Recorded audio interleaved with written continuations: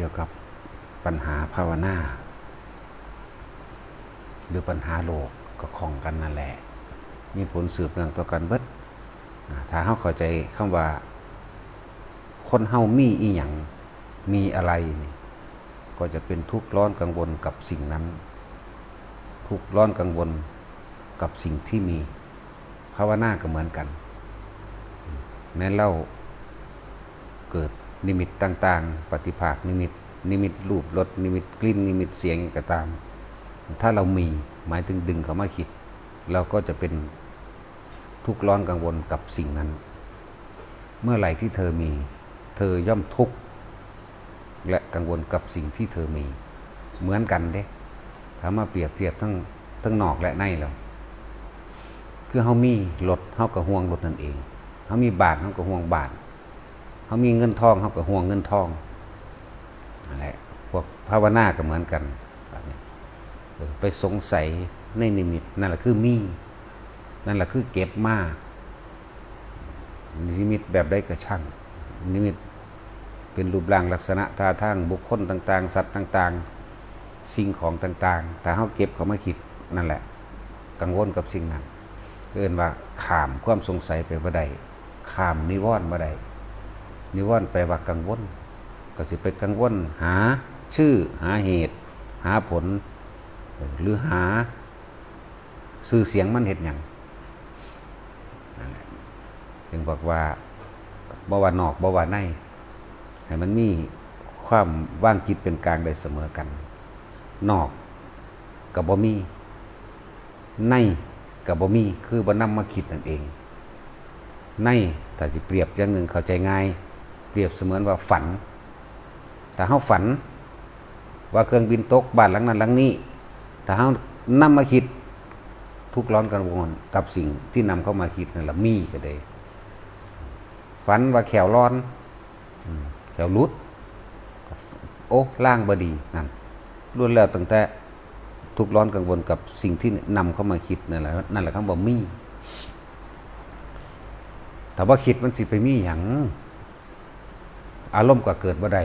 นั่นแหละเขาว่ามีหยังมีอารมณ์มีความไม่พอใจมีความไม่สบายใจมีความกังวลมีความทุกข์มีความร้อนแล้วก็หาวิธีแก้นั่นแหละบ่ต้องแก้ว่างไปเลยรู้เฉยๆเห็นเฉยๆแค่เห็นแต่ไม่นำเข้ามาคิดแค่ได้กลิ่นแค่ได้ยินแค่ได้รสแค่ได้สัมผัสเฉยๆจะเป็นนำเข้ามาคิดปรุงแต่งนึกยังไปแหละมันบ่เกิดแซ่อยู่อันเดียวเว้าอยู่ตลอดมันบ่ได้แช่อยู่อย่างนั้นเด้อันสิ่งที่เฮาเห็นก็ดีบ่ตกข้างบ่เที่ยงอยู่จังสั่นเด้มันบ่แซ่อยู่จังสั่นเด้มันก็แค่เกิดแค่ดับอันนึงเกิดอันนั้นก็ดับอันใดเกิดอันนั้นก็ดับมันแซ่อยู่บ่ก็บ่แซ่จังว่าการละอารมณ์ก็คือการบ่นำเข้ามาคิดถ้าบ่คิดแล้วอารมณ์เกิดบ่ได้พบดับมันมีอยู่แค่นี้มันบ่ได้มีอีหยังมากมายดอกวิธีตัดกังวลคือลมหายใจวิธีตัดห่วงวิธีตัดกังวลวิธีตัดสิ่งที่มีแน่นิ่งอยู่กับลมหายใจนั่นแหละผู้ฝึกลมหายใจไปแล้วต่อจากลมหายใจมันก็มีอาการปีติระวังลมหายใจกับปีติอยู่น้ำกันก็ได้ระวังลมหายใจหายไปเฮาบ่ได้คิดถึงมันแต่ว่ามีอาการปีติเกิดขึ้นในจุดใดจุดหนึ่งที่เฮากำหนดมันขึ้นมาหรือฐานที่ตั้งแห่งจิตก็อยู่ในฐานมันนั่นแหละความรู้สึกทางกายก็อยู่ในฐานแต่ความรู้สึกทางกายคืออันเรียกว่าปิติเกิดปิติปราโมทย์อิ่มเอิบอยู่ในจังสั่นก็อยู่จังสั่นแหละว่าต้องเอาความคิดไปพาไปแฝง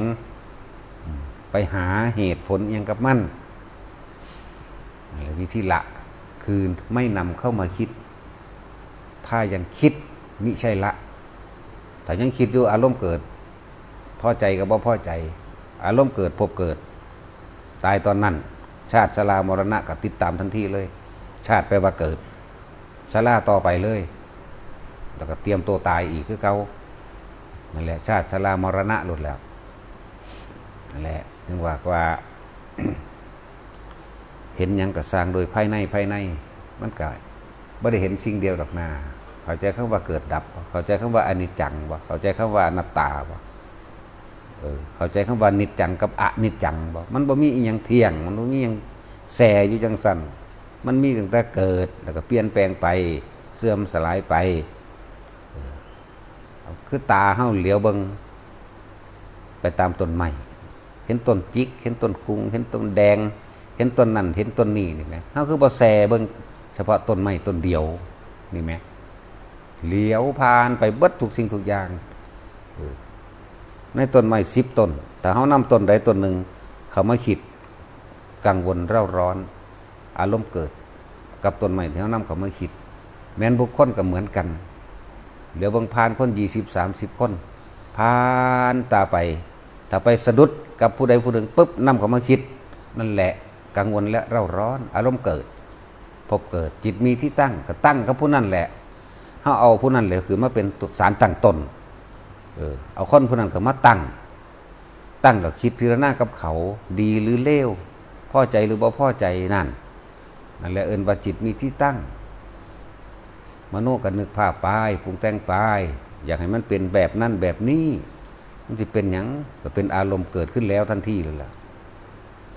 จังหวะแต่ละคนมันบ่ได้ยากดอกแต่ฟังจุดนี้เข้าใจแล้วภาวนาไปเรื่อยเห็นหยังก็สร้างปล่อยทั้งเบิดปล่อยคือไม่นำเข้ามาคิดถ้าคิดไม่ใช่ปล่อยนั่นน่ะก็แค่นั้นแหละมันสิเห็นพระสงฆ์องค์เจ้าภายในนิมิตนั่นก็ตามมันสิเป็นเสีย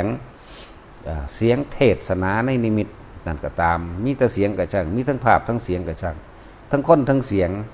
ทั้งรสทั้งกลิ่นในหันก็ตามปล่อยเบิดคำว่าปล่อยคือบ่นำเข้ามาคิดเพิ่นจึงให้พวกเฮาหาเครื่องอยู่เพิ่นคือเน้นแท้เน้นหยังเน้นชานก็คือเพ่งอยู่ในจุดเดียวเพื่อบ่ให้จิตมันซอสายกระจายความคิดออกไปในบุคคลสัตว์สิ่งของในรูปในรสในกลิ่นในเสียงกระจายความคิดเพิ่นจึงเฮ็ดให้พวกเฮานั่นส่งชานเพื่อให้เกิดความเคยชินแต่มันชินแล้วอีหยังเกิดมันก็เหลียวเห็นแค่นั้นแหละ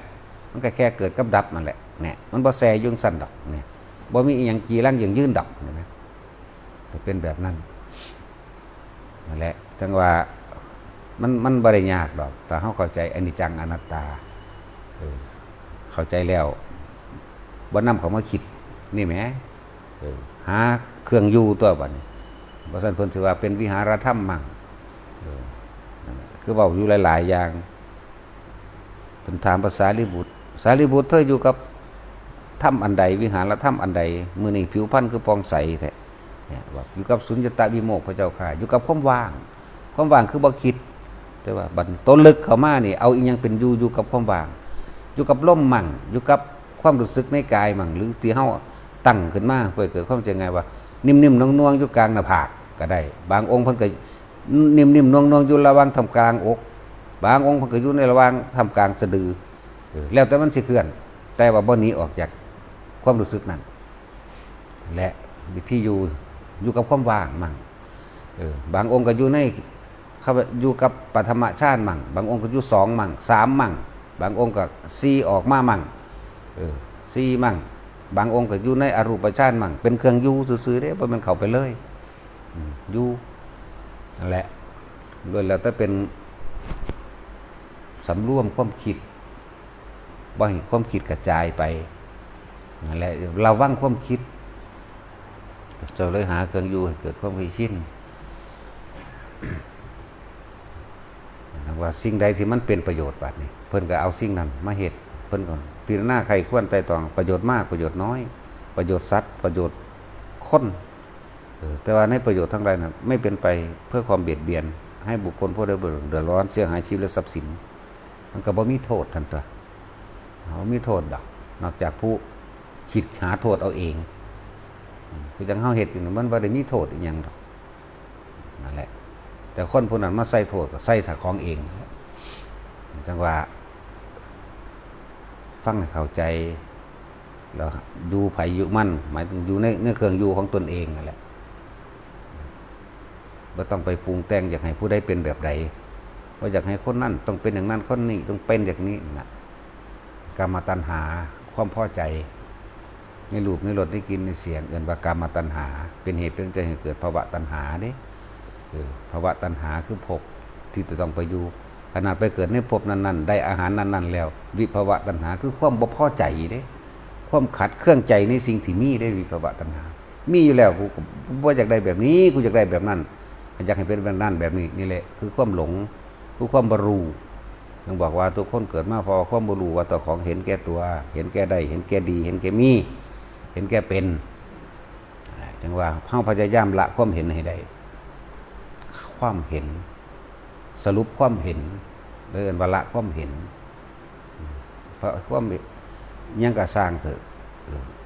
สิ่งใดสิ่งหนึ่งเกิดเป็นธรรมดาสิ้นก็ดับเป็นธรรมดาตลอดทั้งสิ่งทั้งหลายทั้งปวงเกิดเท่าไหร่ก็ดับแตกดับเท่านั้นสิ่งทั้งหลายทั้งปวงมีความเกิดขึ้นเป็นธรรมดาสิ่งทั้งหลายทั้งปวงเหล่านั้นก็ดับเป็นธรรมดาแม้แต่ความคิดของเฮาเองมันยังบ่เที่ยงไหมความคิดเฮาเกิดความคิดเฮาก็ยังดับคิดกับผู้นั้นแหละก็บ่พอยังไปคิดกับผู้อื่นอีกคิดกับสัตว์คิดกับหมาคิดกับแมวคิดกับนกคิดกับดินคิดกับฟ้าดินอากาศเรื่องราวต่างๆมันเกิดดับเกิดดับเกิดดับแต่ว่าเฮาหูจักบ่ความคิดเฮาที่ว่ามันบ่ดับมันที่เฮาไปแส่มันไว้เด้เฮาไปดึงมันมาเฮาอยากไปสรุปผลมันแน่จังซั่นแหละสิว่าหยังแต่ความสงบก็ยังไม่เที่ยงเว้ยก็สิไปถือเอาอีหยังได้คือว่าให้ถือเป็นแค่เครื่องอยู่ใจบ่ล่ะบ่แม่นให้จ่ออยู่ในความสงบแบบสมาธิตั้งมั่นแบบบ่ออกพิจารณาบ่หาถ้าออกก็ได้ดอกมันยังเห็นดอกว่าเฮาอาศัยความรู้จากพระพุทธเจ้าอันนี้จังทุกครั้งอนัตตานี่คือความรู้จากพระพุทธเจ้า นั่นแหละจังว่าพวกถ้าเข้าใจคำว่าสิ่งทั้งหลายทั้งปวงมีความเกิดเป็นธรรมดาดับเป็นธรรมดานะยังกินจิสมุทยะธัมมังนี่ไหมสัพพันธังนิโรธธรรมมันตินี่ไหมสิ่งใดสิ่งหนึ่งเกิดเป็นธรรมดาสิ่งนั้นก็ดับเป็นธรรมดาแม้กระทั่งความคิดอนิจจาวัฏสังขาราอุปทวจามิโนปชิตวานิรุชันตินี่ไหมเตสังวูปสโมสุโขนี่ไหมสิ่งทั้งหลายทั้งปวงบ่ว่ารูปบ่ว่าน้ำวัตตะไหมมีความหมุนเวียนไปจังสันบ่แสอยู่จังสันมีความหมุนเวียนเป็นปกติเป็นธรรมดาของมันไม่ได้แช่อยู่จังนั้นวัตตะไหมหมุนวนไหมขาลานี่ไหมอย่างสิ่งทั้งหลายทั้งปวงนั่นแหละบ่ว่าสิเป็นสังขารนอกอันเป็นเครื่องประกอบโดยวัตถุบ่เป็นสังขารในโดยคิดความคิดความเข้าไปสงบระงับดับความคิดเป็นสุขอย่างยิ่งนั่นแหละจังว่าอุปทาวายธรรมโนอุปชิตตวานิรุชันตินี่เตสังวูนี่ไหมเตสังวูปสโมสุโขการเข้าไปสงบระงับความคิดนั่นแหละถึงว่าสงบระงับก็คือต้องหาเครื่องอยู่หาที่อยู่เลื่อนแห่งใจทรงฌานจะเลื่อนฌานอยู่กับความปิติอยู่กับจิตหนึ่งอยู่กับความรู้สึกในกายกายเวทนาจิตจิตเวทนากายเขาก็เห็นสิ่งทั้งหลายทั้งปวงมีความเกิดธรรมดาดับเป็นธรรมดาหรอกนั่นแหละจังหวะสติปัฏฐาน4เพิ่นก็บอกแนวทางเฮาไว้แล้ว